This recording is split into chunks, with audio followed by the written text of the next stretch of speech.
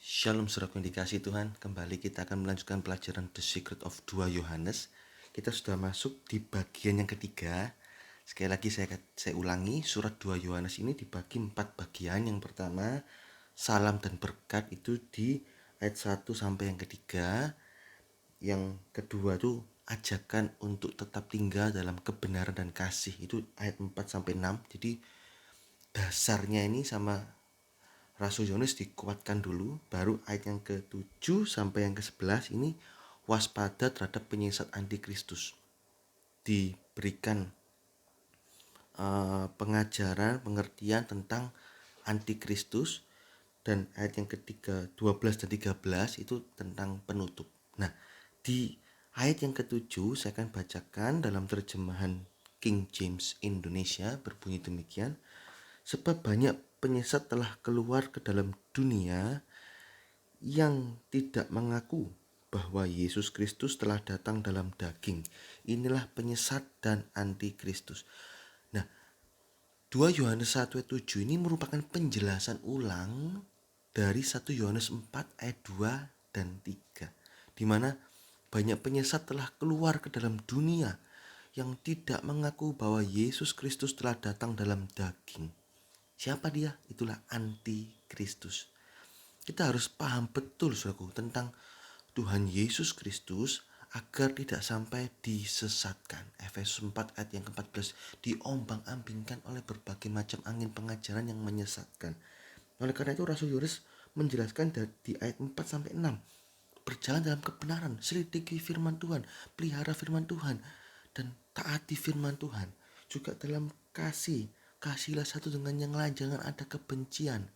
Kalau ada kebencian itu celah atau pintu masuk iblis untuk bertahta, saudaraku. Nah, kalau iblis bertahta, iblis akan memporak-porandakan kerohanian kita. Nah, kalau ayat 4 sampai ayat 6 kuat, nah ayat yang ke-7 dikatakan sebab banyak penyesat telah keluar. Oleh karena itu belajar firman yang banyak dan kasihi Tuhan dan kasihi jiwa-jiwa.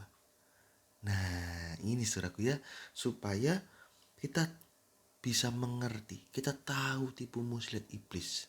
Nah, teristimewa di sini adalah antikristus yang tidak mengaku bahwa Yesus Kristus telah datang dalam daging.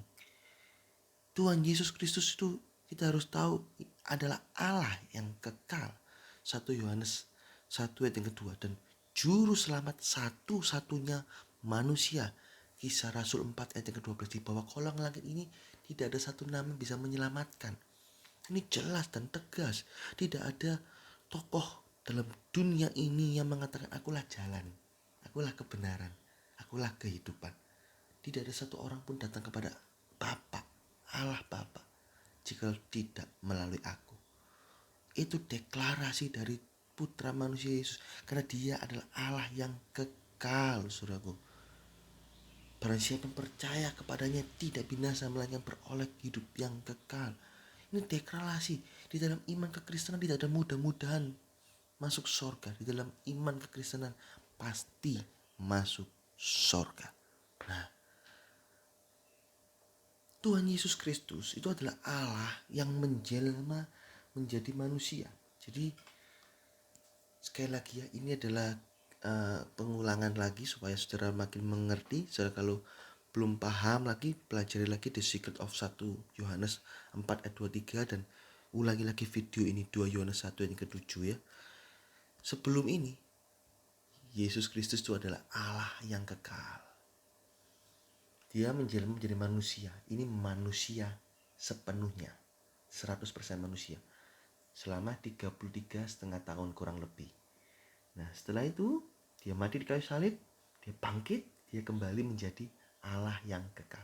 Jadi di sini Tuhan Yesus Kristus itu adalah Allah yang kekal, 100% Allah. Di dalam dunia dia ini 100% manusia. Dan setelah dia bangkit, dia kembali menduduki jabatan itu, atau dialah mengenakan kembali keilahiannya, yaitu Allah yang kekal ini, saudaraku. Cuman bedanya di sini dan di sini adalah kalau di sini dia Allah yang kekal dalam wujud roh. Lalu di sini setelah kebangkitan, dia Allah yang kekal tetapi punya tubuh kemuliaan. Dan ini menjadi contoh teladan kita. Saat kita setia sungguh-sungguh dalam Tuhan, saat bunyi sangkakala dibunyikan, kita diubahkan memakai tubuh kemuliaan dan dibawa masuk ke sorga. Tubuh kemuliaan ini bisa terlihat, bisa tidak terlihat. Wah, ajaib, bisa tembus tembok dan lain-lain.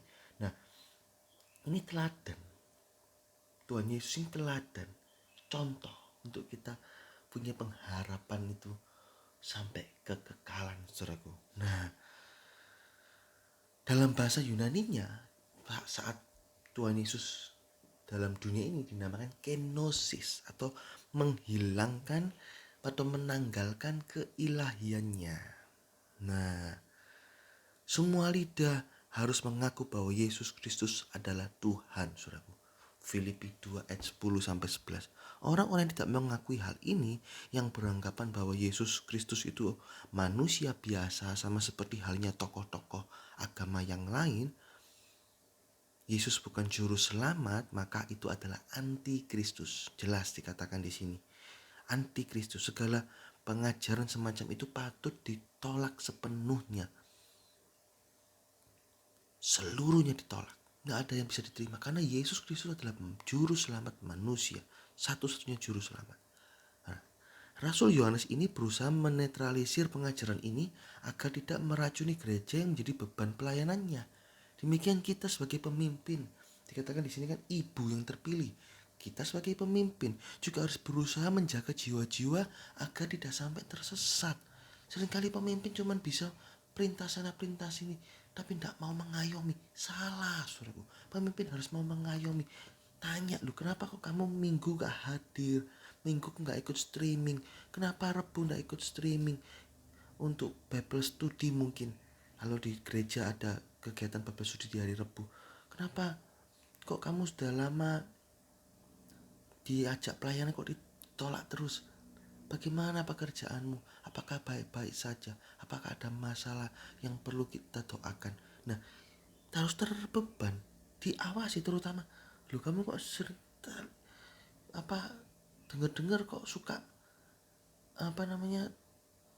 ini ya, baca-baca buku ini. Buku apa ini? Coba saya lihat. Lu ini kan buku ini, bukunya Saksi Yehova. Nah, jangan, ini salah ini. Ini tidak mengaku Yesus adalah juru selamat, adalah Tuhan. Ini penyesat antikristus. Nah, boleh ini. Nah, itu harus ditolak, diawasi, saudaraku. Pengajaran-pengajaran zaman dulu dikatakan pengajaran gnostik. Nah, sekarang ini pengajaran sejenis itu Saksi Yehova. Harus ditolak, saudaraku. Dan ditegur, dinasihati. Jangan belajar seperti itu.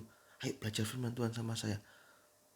Turuti teladan saya sama seperti saya menurut teladan Kristus. Oleh karena itu pemimpin tidak boleh sembarangan hidupnya. Harus taat firman Tuhan sehingga bisa mendidik, memberi teladan kepada domba-domba, kepada jiwa-jiwa. Awasi diri kita dan ajaran kita dan berikan kepada domba-domba. Jangan sampai ada penyimpangan dari ajaran dan pribadi kita.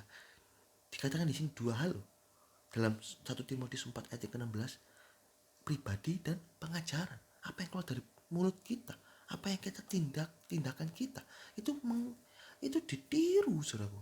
Loh, pemimpin boleh ya merokok, berarti saya boleh merokok. Wah, salah, dosa itu, saudaraku.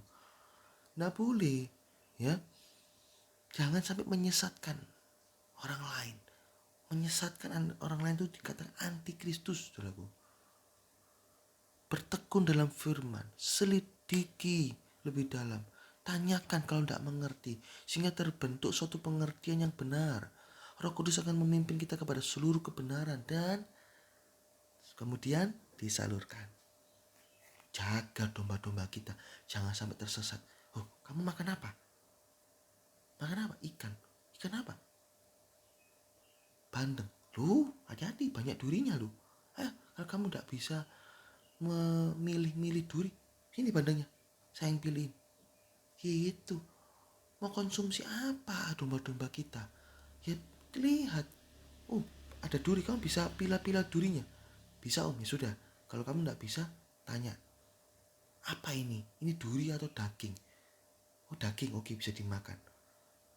Kita nggak ada masalah saudara dengar dari pengajaran-pengajaran hamba-hamba Tuhan yang lain. Nggak ada masalah saudaraku. Dikatakan dalam 1 Korintus, Paulus mengatakan, kamu punya banyak atau beribu-ribu pendidik, tidak ada masalah. Tetapi cuma satu bapakmu, yaitu saya. Itu Paulus mengatakan seperti itu. Kamu tetap nurut pengajaran saya.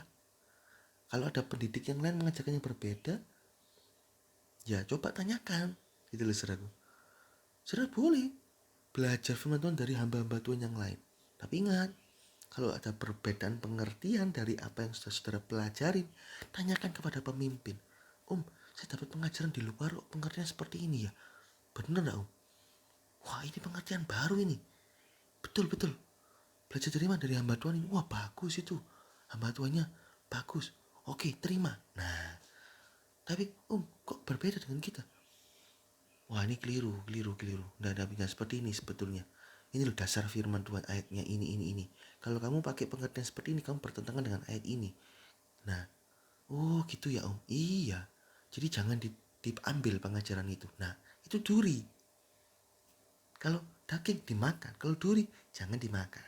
Ya, ini sedikit tips-tips praktis, saudaraku. Ini pengertian atau nasihat firman Tuhan agar kita tidak sampai tersesat, saudaraku. Banyak orang terutama dari kalangan non-Kristen itu meragukan ketuhanan Yesus Kristus. Nah, kita akan mempelajari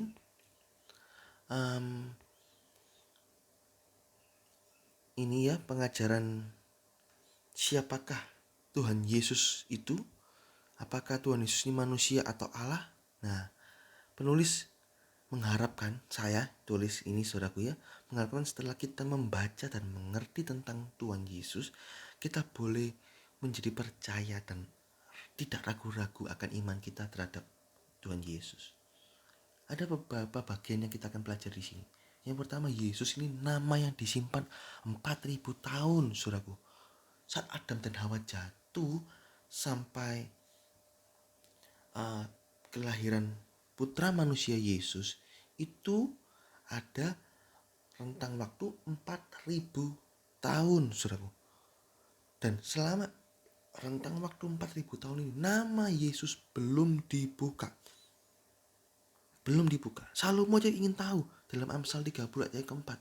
Siapa nama anak itu? Engkau tentu tahu. Salomo tidak diberitahu Allah. Nah, baru saat 4.000 tahun, setelah 4.000 tahun itu, nama Yesus dibuka. Juru selamat manusia, juru selamat dunia. Nah, nubuatan tentang Yesus yang diutus untuk menebus dosa itu dicatat juga dalam perayaan Paskah, dalam Keluaran 12 ayat 1 sampai 7 dan 12 sampai 14. Itu anak domba Paskah itu disimpan selama 4 hari, saudaraku. Selama 4 hari. 4 hari melambangkan 1 hari 1.000 tahun, kata 2 Petrus 3:8, berarti 4.000 tahun. Ini lambang nama Yesus disimpan, barulah sang anak domba Allah. Itu dikatakan Yohanes 1 ayat yang ke-29. Inilah anak domba Allah yang mengangkut dosa isi dunia. Matius 1 ayat yang ke-21, namakan dia Yesus. Nah, ini nama yang disimpan 4.000 tahun. Nah, darah yang dilaburkan di ambang pintu rumah melambangkan tanda bebas hukuman sehingga malaikat maut tidak membunuh, ya kan? Mesir banyak terjadi pembunuhan anak sulung karena dia nggak ada tanda darah. Jadi domba Paskah itu dibunuh, disembelih, kemudian dilaburkan darahnya di ambang pintu rumah. Nah, Allah itu sangat mengasihi jiwa-jiwa, maka dari itu dia mengorbankan putra tunggalnya. Dia rela mengorbankan putra tunggalnya agar untuk menebus dosa manusia. Ini saudaraku lambangnya. Itu puncak cinta Allah saat dia mengorbankan putra tunggalnya, saudaraku. Nah, kalau dia mengorbankan putra tunggalnya apalagi untuk hidup sehari-hari. Pasti Allah pelihara. Dalam Roma 8 ayat 32 dikatakan, apalagi untuk hidup sehari-hari Allah pasti pelihara. Oleh karena itu jangan khawatir. Di dalam Tuhan Yesus kita akan terpelihara. Masa depan kita akan penuh dengan harapan. Rancangan Allah itu rancangan damai sejahtera. Nah ini saudaraku ya, nama yang disimpan 4000 tahun. Dan Yesus itu adalah Allah yang menjelma menjadi manusia. Allah adalah suatu pribadi yang patut disembah. Wahyu 19 ayat yang 10, Yohanes 4 ayat yang ke-24. Jadi sebelum Yesus menjadi manusia, dia sebelumnya adalah Allah yang kekal. Dan sesudah Yesus naik ke surga, dia kembali menjadi Allah yang kekal. Ini ya gambarnya, sebelum Allah yang kekal 33,5 tahun manusia sepenuhnya, setelah kebangkitan menjadi Allah yang kekal kembali. Nah, kita patut menyembah Yesus. Patut menyembah Yesus. Nah, ada pun ini pembuktian terhadap keilahian Yesus. Yang pertama, dia tidak dilahirkan dari daging. Yohanes 1 ayat 13, Matius 1 ayat 20, Lukas 1 ayat 31 sampai 35. Dia dilahirkan dari mana? Dari Roh Kudus. Untuk membuktikan bahwa dia mula-mula adalah Allah, kemudian menjelma menjadi manusia. Kedua, putra Allah yang menjelma menjadi manusia. Yohanes 1 ayat 1 sampai 3, ayat 14, Yohanes 3 ayat yang ke-16. Ini ayat-ayat saudara bisa baca sendiri di rumah. Ini menunjukkan bahwa pada mulanya firman adalah Allah. Sehingga firman sendiri itulah Allah. Firman itu telah menjelma menjadi manusia. Itu ayat 14, Yohanes 1 ayat 14. Itulah putra tunggal Bapa. Kita tahu siapa putra tunggal Bapa? Itulah Tuhan Yesus Kristus sendiri dalam Yohanes 3 ayat ke-16. Malaikat sendiri berkata bahwa Yesus adalah putra tunggal Bapa dalam Lukas 1 ayat 31 sampai 32. Hal ini berarti sebelum Yesus menjelma menjadi manusia, dia adalah Allah. Ini pembuktiannya saudaraku. Ketiga, Yesus ada sebelum Abraham. Yohanes 8 ayat 58 dikatakan, aku ada sebelum Abraham ada. Duh kok bisa? Orang Yahudi bingung, kok bisa? Dia manusia, kok bisa? Nah ini membuktikan bahwa sebelum kelahiran Yesus dia adalah Allah yang kekal. Yesus ada sebelum Daud. Lukas 20 ayat 21 sampai 44. Kenapa? Daud sendiri menyebut Mesias sebagai Tuhan. Tetapi Mesias juga disebut putra Daud. Loh kok aneh? Kok aneh? Nah, jika kita tidak percaya bahwa Yesus adalah Allah, maka kita nggak akan dapat menjawab pertanyaan dari putra manusia Yesus saat itu. Karena Yesus adalah Allah, sehingga sudah ada sebelum Daud. Oleh karena itu Daud menyebut Yesus sebagai Tuhannya. Nah, saat Yesus menjadi manusia, melalui siapa? Melalui garis keturunan Daud.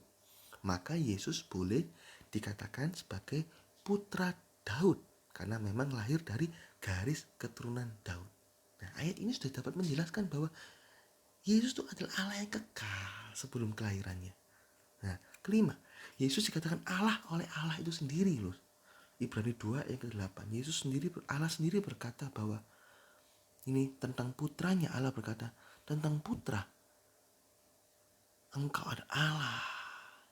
Jika Allah yang merekomendasikan Yesus adalah Allah, masakan kita masih saja berdebat dan membantah mengenai keilahian Yesus? Kan lucu, Allah sendiri yang ngomong loh. Allah, engkau adalah Allah. Tentang putra dikatakan, engkau adalah Allah. Saudara bisa baca sendiri dalam Ibrani 2 ayat yang ke-8. Yesus itu adalah Allah yang kekal. Yesus mengosongkan keilahiannya. Filipi 2 ayat yang ke-6. Karena pada mulanya adalah Allah, maka saat menjelma menjadi manusia, dia meninggalkan keilahiannya. Kenosis. Nah, ketujuh, dia datang dari Allah dan kembali kepada Allah. Yohanes 13 ayat yang ketiga. Ini menyerangkan bahwa Yesus datang dari Allah, dari sorga, tempat Allah bertata. Dia pada mulanya adalah Allah. Dia diutus dalam dunia ini menjadi manusia, menebus dosa manusia.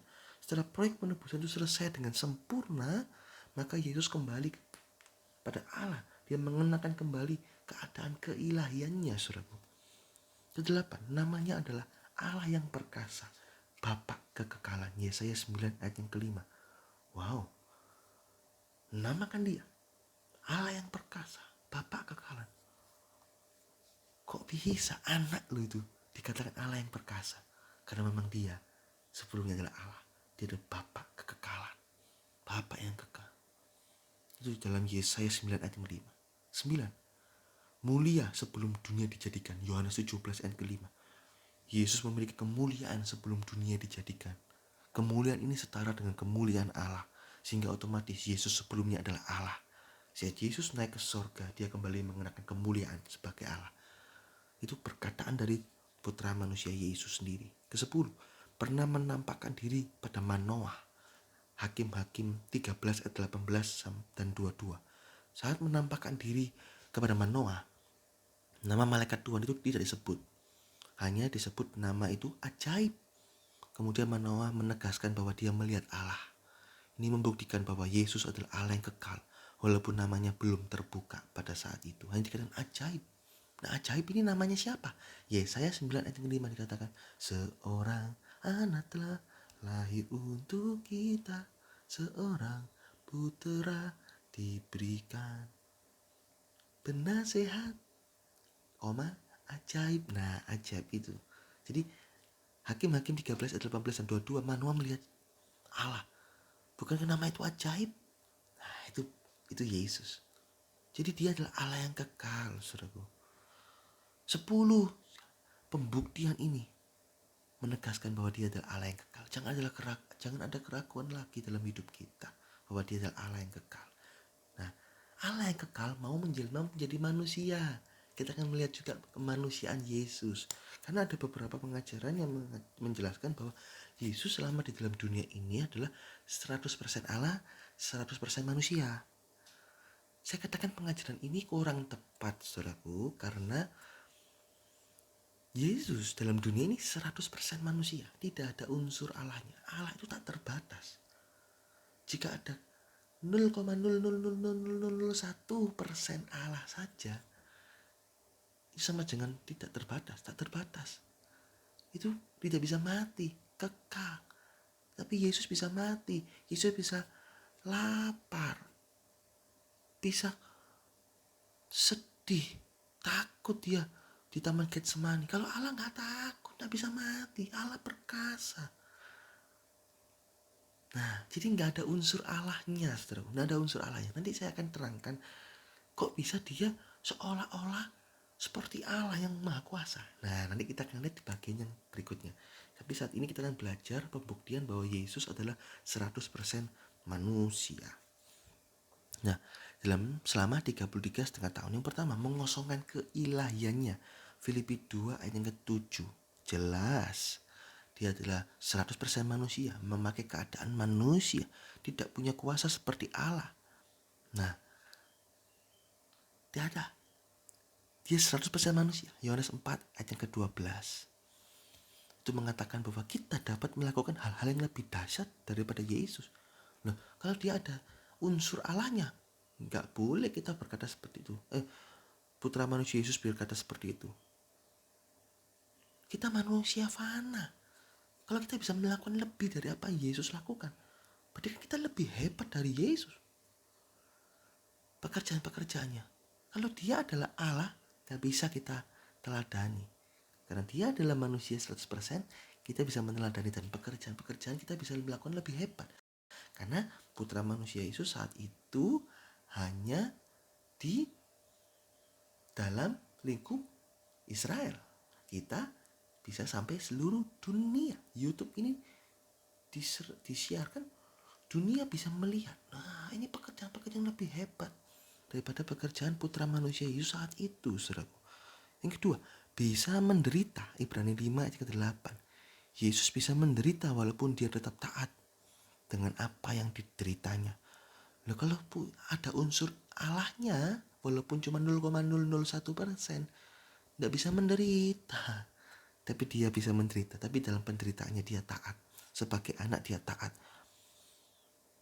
Dia taat. Nah, Ibrani 4 ayat yang ke-15. Dicobai dalam segala segi hidup, tetapi tidak berdosa. Ketiga, bisa lapar. Markus 11 ayat yang ke-12. Keempat, bisa haus, Yohanes 19 ayat yang ke-28. Kelima, bisa tidak mampu menjawab loh. Saat itu dalam Yohanes 8 ayat ke-6 itu diberikan kasus, ayo ini perempuan berzina. Oleh hukum Taurat kamu harus lempari dia batu sampai mati. Tapi kan kamu mengajarkan hukum kasih. Ayo jawab apa kamu? Kalau kamu berkata harus mengampuni, kamu melanggar Taurat. Tapi kalau kamu berkata lempari batu sampai mati, kamu melanggar hukummu sendiri. Nah, bagaimana jawabnya? Bingung putra manusia Yesus saat itu, karena dia kan manusia. Oleh karena itu dia gak gegabah untuk menjawab. Nggak, zaman sekarang terkenal istilah asbun, asal bunyi, atau gedabrus, atau istilah itu ngasal. Enggak, dia tunggu jawaban dari Bapak, dia menulis di tanah. Saat dia dapat jawaban dari Bapak, dia katakan, barang siapa yang tidak pernah berdosa, pertama ambil batu, lempari perempuan itu. Roh Kudus bekerja, menjawab, oh iya ya, aku ya berdosa. Ya sudah, pulang. Terus dia kembali menulis di tanah tuh. Terus pada waktu dia bangkit lagi, loh mana orangnya? Yang penuduh itu. Kata perempuan yang berzina itu, tidak ada Tuhan. Ya sudah, saya juga gak menghukum kamu. Jangan berbuat dosa lagi ya, bertobat ya. Itu jawaban yang tepat, luar biasa. Ini saudaraku, dia bisa tidak mampu menjawab karena dia manusia. Kalau Allah, dia gak perlu tunggu jawaban, langsung tuding sana, jawab. Gitu saudaraku. Keenam, punya tanggal lahir dan tanggal mati. Kalau Allah gak ada tanggal lahir, tanggal mati. Ketujuh, menyebut orang beriman sebagai saudaranya. Ibrani 2 ayat 11 dan 17. Saudara itu berarti sejenis. Misalnya kita dengan anjing, masa kita berkata ini saudaraku? Kan enggak, saudaraku. Tapi dengan manusia, ini saudaraku, ini saudara seiman. Nah, sejenis. Nah, kalau kita sejenis dengan putra manusia Yesus, tepatlah kita disebut saudara. Tapi kalau Yesus ada unsur Allahnya, gimana bisa sejenis? Kita mau meneladani Allah ya jelas aja gak bisa berbuat dosa, dia Allah. Kita bisa membantah seperti itu. Tapi karena dia adalah manusia 100%, dia dicobai dalam segala segi hidup tidak berbuat dosa, maka dia bisa menjadi teladan. Kalau putra manusia Yesus dalam keadaan sebagai manusia sepenuhnya bisa, saya pun bisa tidak berbuat dosa. Oleh karena itu muncul dalam 2 Petrus 1 ayat 10, you shall never fall. Kalimat itu tidak main-main. Kalimat itu muncul keluar karena Petrus tahu Yesus itu dalam keadaan sebagai manusia dia menjadi teladan. Dan kita bisa meneladani. Karena dia mau jadi manusia loh. Jadi Yesus, saya harus jadi manusia sepenuhnya. Saya bisa tidak berbuat dosa. Kamu pengikut-pengikutku, kamu saudara-saudaraku, ayo teladani aku. Ya, ini keenam. Ketujuh. Kedelapan, untuk sesaat lebih rendah dari malaikat. Istilah itu apa? Ibrani 2 ayat 9. Saat dia ada di dalam dunia ini selama 33,5 tahun. Untuk sesaat dia lebih rendah daripada malaikat. Kalau Allah gak mungkin lebih rendah. Allah gak bisa lebih rendah, dia tertinggi sudah. Nah, karena dia sebagai manusia, dia sedikit lebih rendah untuk sesaat lebih rendah dari malaikat. Tapi setelah dia memakai keadaan ilahi, dia lebih tinggi dari malaikat. Nah, ini saudaraku ya. Itu kemanusiaan Yesus. Nah, kita melihat saudaraku ketuhanan Yesus, kisah 10 ayat yang ke-36. Yesus sebagai manusia dan Allah juga bisa disebut Tuhan. Arti kata Tuhan itu Tuhan, harus ditaati. Oleh karena itu segala firman dari Tuhan Yesus harus ditaati karena memang dia adalah Tuhan. Yohanes 14 ayat yang ke 23. Nah, Yesus adalah firman itu sendiri dalam Yohanes 1 ayat 1 sampai 3. Oleh karena itu firman itu harus ditaati. Bukti yang paling kuat untuk membuktikan ketuhanan Yesus adalah perkataannya sendiri. Yesus mengatakan dengan terus terang bahwa dia adalah Tuhan. Yohanes 13 ayat yang ke-13. Oleh karena itu turuti aku, turuti firmanku. Itu jika engkau menyebut aku adalah guru dan Tuhan, memang itulah adanya. Jadi Yesus itu adalah Allah, Tuhan, Allah yang disembah, Tuhan yang ditaati. Dan terakhir, Yesus Kristus. Ada kata Kristus dalam Kisah Rasul 2 ayat yang ke-36. Kristus adalah yang diurapi dalam bahasa Yunaninya. Bahasa Ibrani yang diurapi adalah Mesias. Daniel 9 ayat yang ke-25. Yesus selama dalam dunia ini, saya katakan, kenapa kok dia seolah-olah bisa berkuasa? Kok bisa ada unsur Allahnya? Ini dikatakan dalam banyak ayat saudaraku di kitab Injil. Dia bisa mengetahui isi pikiran orang. Dia bisa menghentikan badai. Dia bisa berjalan di atas air. Dia bisa menyembuhkan orang mati, orang sakit. Dia bisa membangkitkan orang mati. Dia bisa memasang telinga yang putus dipotong oleh Petrus. Itu imam hambanya namanya Malkus itu ya. Pasang lagi saudaraku. Wah, seakan-akan dia itu Allah. Oleh karena itu muncul pengajaran 100% Allah, 100% manusia. Bukan. Kenapa kok dia bisa melakukan seperti itu? Karena dia adalah Kristus yang diurapi. Yesus selama di dalam dunia memang diurapi. Lukas 2:26. Roh Allah turun seperti burung merpati. Dia penuh dan dipimpin oleh Roh Kudus. Pekerjaan Roh Kudus begitu luar biasa dalam hidupnya. Pengurapan tanpa batas melekat dalam diri Yesus. Oleh karena itu banyak ayat yang menyebutkan bahwa Yesus itulah Kristus. Yohanes 20 ayat 31. Nah, kita yang menurut di teladan Yesus, kita juga disebut yang diurapi. Kita ini Kristus kecil, Kristen. Kristen tuh little anointed, Kristus kecil. Saat kita penuh dan dipimpin Roh Kudus, kita bisa melakukan sama apa yang dilakukan oleh Putra Manusia Yesus selama dalam dunia ini. Maka dari itu saya senang dalam kitab Lukas itu banyak kali ayat-ayatnya menyebut Putra Manusia Yesus, Son of Man, Son of Man, Putra Manusia, Putra Manusia. Lukas ingin menunjukkan bahwa dia ini 100% manusia, tapi diurapi oleh Roh Kudus sehingga dia bisa mengerjakan mujizat, perkara-perkara yang besar, perkara-perkara yang supranatural. Kita juga manusia, tapi saat Roh Kudus menaungi kita, kita hidup penuh dan dipimpin oleh Roh Kudus. Kita pun juga bisa menyembuhkan yang sakit, kita bisa membangkitkan yang mati, bahkan kita bisa punya hikmat, karunia Roh itu luar biasa, punya marifat, kita tahu pikirannya orang, kita tahu membedakan roh, ini roh perjinahan, roh percabulan, ini roh kebencian. Kita bisa tahu, kita bisa tuding. Ada hamba Tuhan, saya melihat ada ibu yang sakit dan dia akan disembuhkan hari ini.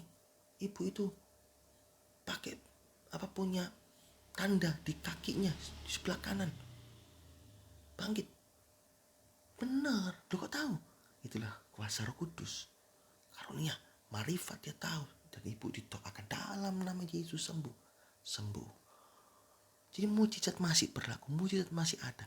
Ini selalu Yesus diurapi, kita pun juga diurapi. Nah, ini yang dikatakan jadi saudaranya Tuhan. Yesus adalah Kristus, kita Kristen, little anointed, Kristus kecil. Roh Kudusnya sama, mengurapi tanpa batas. Oleh karena itu kita bisa melakukan pekerjaan yang lebih besar dari Yesus. Roh Kudusnya sama. Kenapa? Karena Yesus lingkupnya Israel, kita lingkupnya seluruh dunia. Bisa paham saudaraku? Jadi ini dikatakan Yesus kok bisa seolah-olah seperti Allah? Karena ada Roh Kudus yang menaunginya. Kalau kita penuh dan dipimpin oleh Roh Kudus, kita pun juga bisa melakukan pekerjaan-pekerjaan yang besar. Tanda satu-satunya yang bisa dilihat dan didengar, yang sampai saat ini mungkin banyak perdebatan, itulah bahasa roh. Tapi apa yang saya pelajarin memang bahasa roh itulah tanda satu-satunya yang bisa dilihat dan didengar. Bahasa lidah, glosalia. Nah itu saudaraku, bahasa lidah. Jadi jangan mendebatkan itu. Hati-hati juga jangan menghina. Itu bahasa setan. Hati-hati nanti dosa. Hati-hati ada dosa menghujat roh. The Secret of 1 Yohanes 5 menjelaskan itu. Dosa sempurna, hati-hati. Jadi ayo belajar penuh, minta baptisan Roh Kudus dan hidup penuh dan dipimpin oleh Roh Kudus. Ya, ini sedikit dari ayat yang ketujuh yang membuktikan bahwa Yesus itulah Allah. Dia juga menjelma menjadi manusia selama 33,5 tahun. Dan setelah kebangkitan dia kembali menjadi Allah. Dia adalah Tuhan Allah yang kekal, yang kita sembah. Satu-satunya kita sembah. Satu-satunya nama yang sanggup menyelamatkan. Tak ada nama lain yang bisa menyelamatkan selain nama Yesus. Puji Tuhan, Tuhan Yesus memberkati.